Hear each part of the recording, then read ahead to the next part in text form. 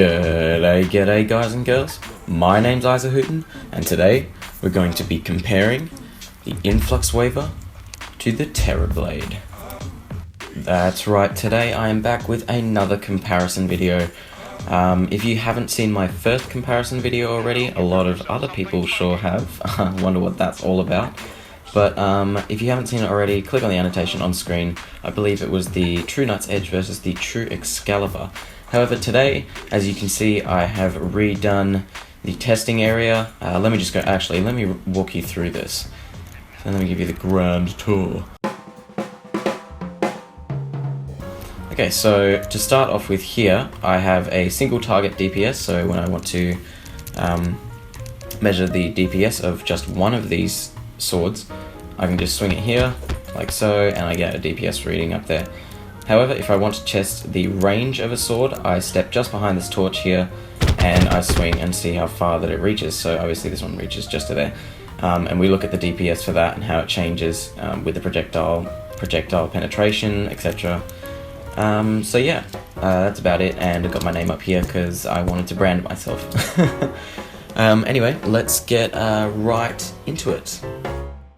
Also, I just want to address something else real quick. In my previous video, the True Knight's Edge versus True Excalibur one, a lot of people were saying that I didn't measure the I didn't measure the DPS from the same point where I was. So I had a setup that was quite like this, and I stood here and measured both of the DPS there, and obviously that does not give you an accurate DPS reading because I've got two dummies being hit instead of one.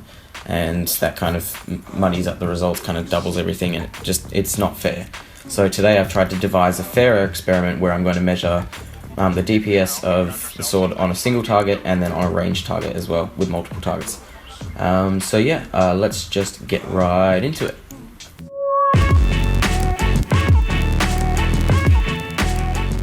So to kick it all off, let's take a look at the Terra Blade.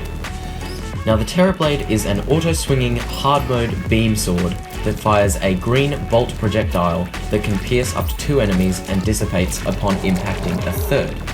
So the base damage of the Terra Blade is 95 for the PC version and 88 for the mobile and console editions.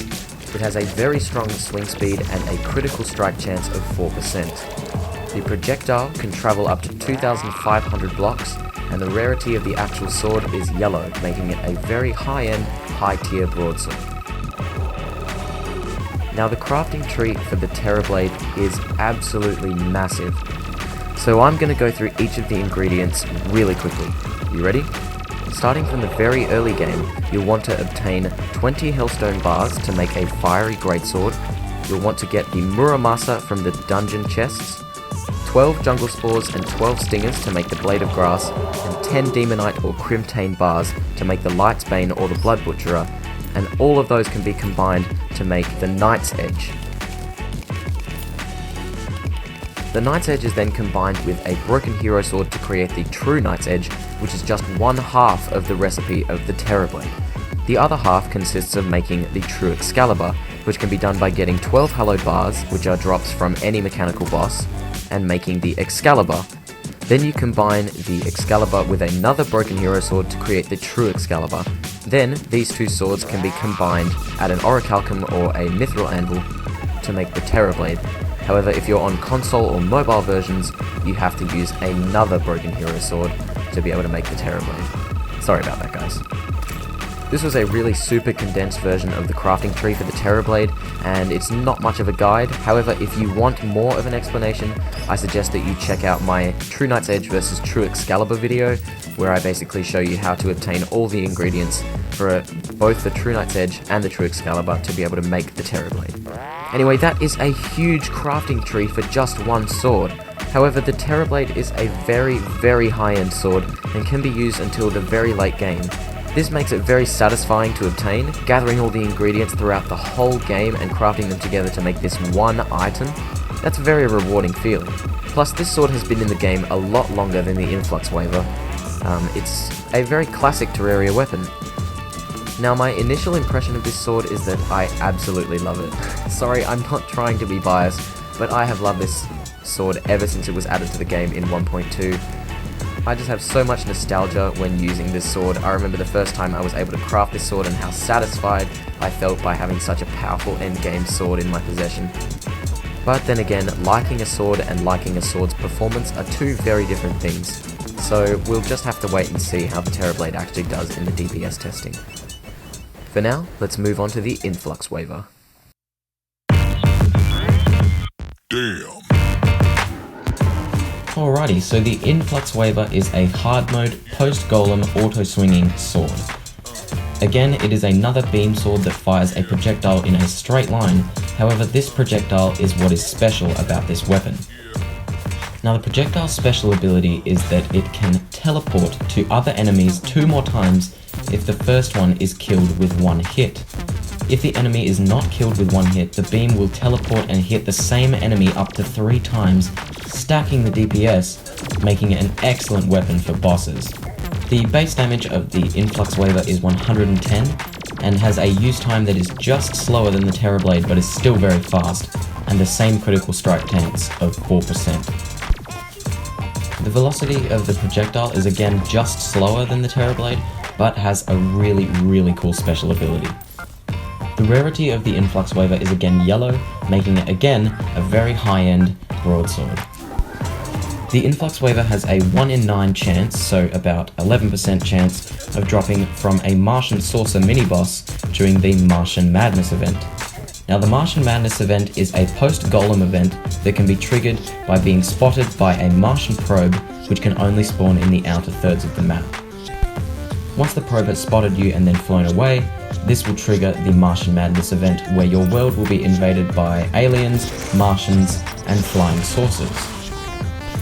Defeating the Martian Saucer is no easy task. It is a very strong mini-boss that a lot of players aren't prepared for. However, the Saucer has some incredible drops, all the way from the Xeno Staff, to the Anti-Grav Hook, to the Cosmic Car Key, and yes, the Influx Waver. The Martian Saucer is definitely not a boss that players should just skip over, as it has some incredibly useful drops that can be used for the rest of the game. Now my initial impression of this sword was that it was just going to be another sword that the developers added in because 1.3 was a huge update. However, upon playing with this weapon for quite a long time and actually taking on some bosses and some enemies with it, I absolutely fell in love with the Influx Waver. It is a great weapon, not only because it's DPS or its special projectile ability, but also just because it's a very versatile weapon. You can take on bosses, enemies, events, anything with this weapon. It's actually so versatile and so powerful that it is just a great addition to anyone's character.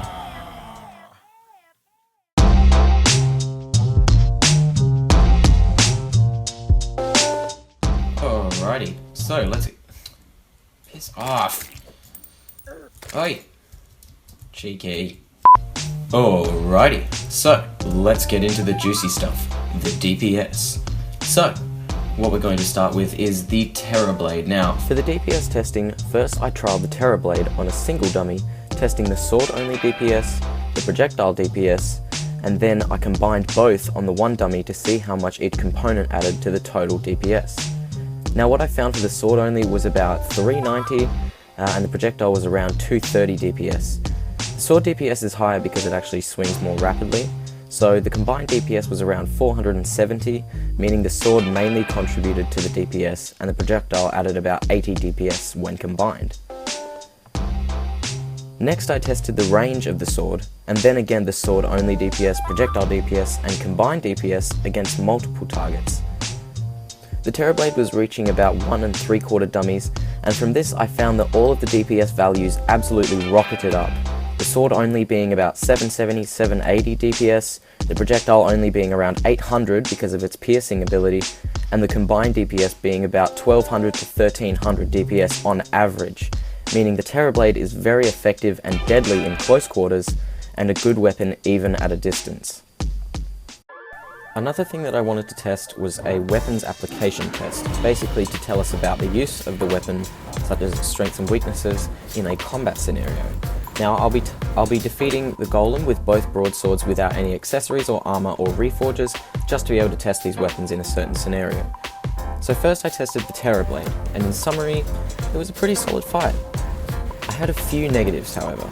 The fight required an immense amount of accuracy because the projectile was only a linear projectile and wouldn't curve back onto the golem and hit him 3 times. However, I had a very high fire rate of the projectiles, which sort of made up for that lost DPS. Now, 721 was my highest DPS, but that was only after I charged the golem and attacked him until basically I died. So yeah, I need to work on my boss fights. So, gathering all the data, we see that the Terra Blade was consistently high in sword DPS and combined DPS, with the projectile being the most effective when tested against multiple targets where the piercing ability was really allowed to shine. Now, the applied DPS test was only approximately 300 DPS, meaning that the DPS differed a lot from experiment to applied combat, and the Terra Blade would probably do better against an enemy where piercing attacks were key, such as the Destroyer or Plantera. So now let's do the DPS testing for the Influx Waver.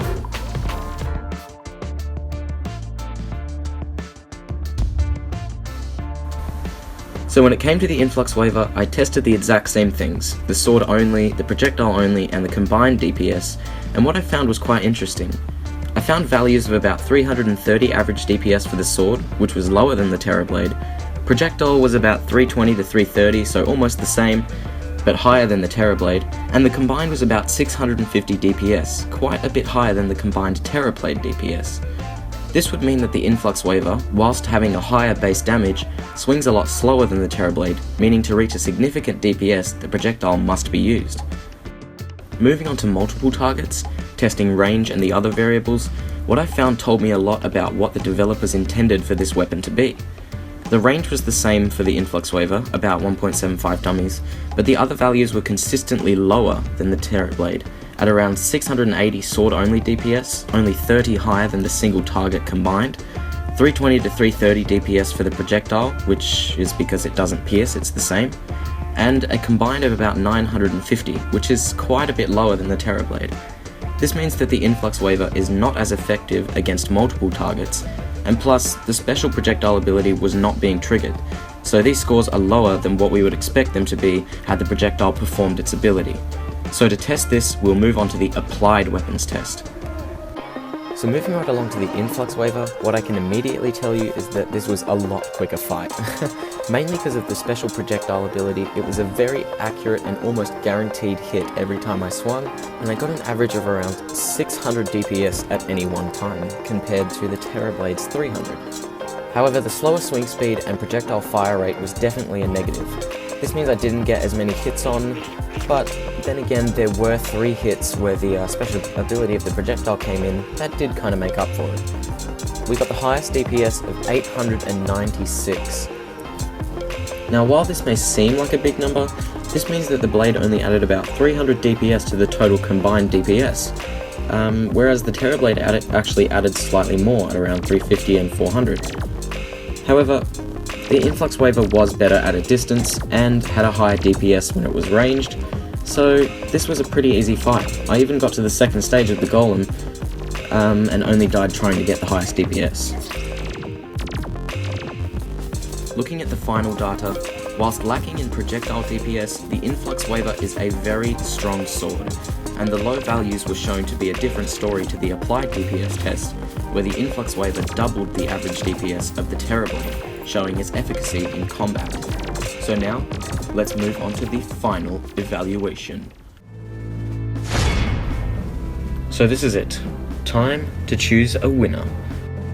So when considering all of the DPS data and all of the statistics and even the applied DPS and playstyles of both of the weapons, I have drawn an obvious winner, and that is the Influx Waver. Now, even though this sword has a lower sword DPS than the Terra Blade, which is 330 compared to about 390, this is mostly a ranged weapon as it is a beam sword, and also because of the teleporting special ability of the projectile. This teleporting ability actually accounts for most of the DPS in the combined DPS of this sword. It's about 600 in combat compared to the Terra Blade's 300. Now, whilst it has a slower swing speed and fire rate, it delivers more solid hits, and the special ability pretty much guaranteed up to 3 hits on any target. Now, boss fights were a lot easier with this weapon. As I said before, I was guaranteed up to 3 solid hits each time I swung the weapon, and this allowed me to sort of stay back and get a higher DPS. Now, whilst the Terra Blade can also do this, there is a difference of about 300 DPS in the ranged DPS. This means that the Influx Waver is way superior and delivers more accurate and powerful hits with a special ability on top of that. So, undoubtedly, the Influx Waver is way better than the Terra Blade in terms of the overall DPS and usefulness. However, the Terra Blade can shoot through walls, it is great for crowd control as it pierces up to 3 enemies, and has a reasonable DPS in the game. Also, the crafting tree of the Terra Blade is awesome. I absolutely love getting this weapon because it requires the 4 swords of Terraria, the jungle, the dungeon, corruption or crimson, and the underworld, and also the legendary sword Excalibur. So, guys and girls, thank you so much for watching my comparison between the Influx Waver and the Terra Blade, where the Influx Waver was the winner. I hope you agree, but if you don't, please don't flame me in the comments. This is just an opinion. Please suggest some more weapons I should compare. But I would like you to suggest either the same type of weapon, or similar damage, or something along those lines. So for example, 2 swords, or 2 bows, or 2 weapons from the same point in the game, say like 2 weapons from the same boss or something. Anyway, guys and girls, if you enjoyed this video, please leave me a like. It lets me know to do more of these in the future, because it lets me know that you really like them. So, until next time, this is Isahooten, signing off.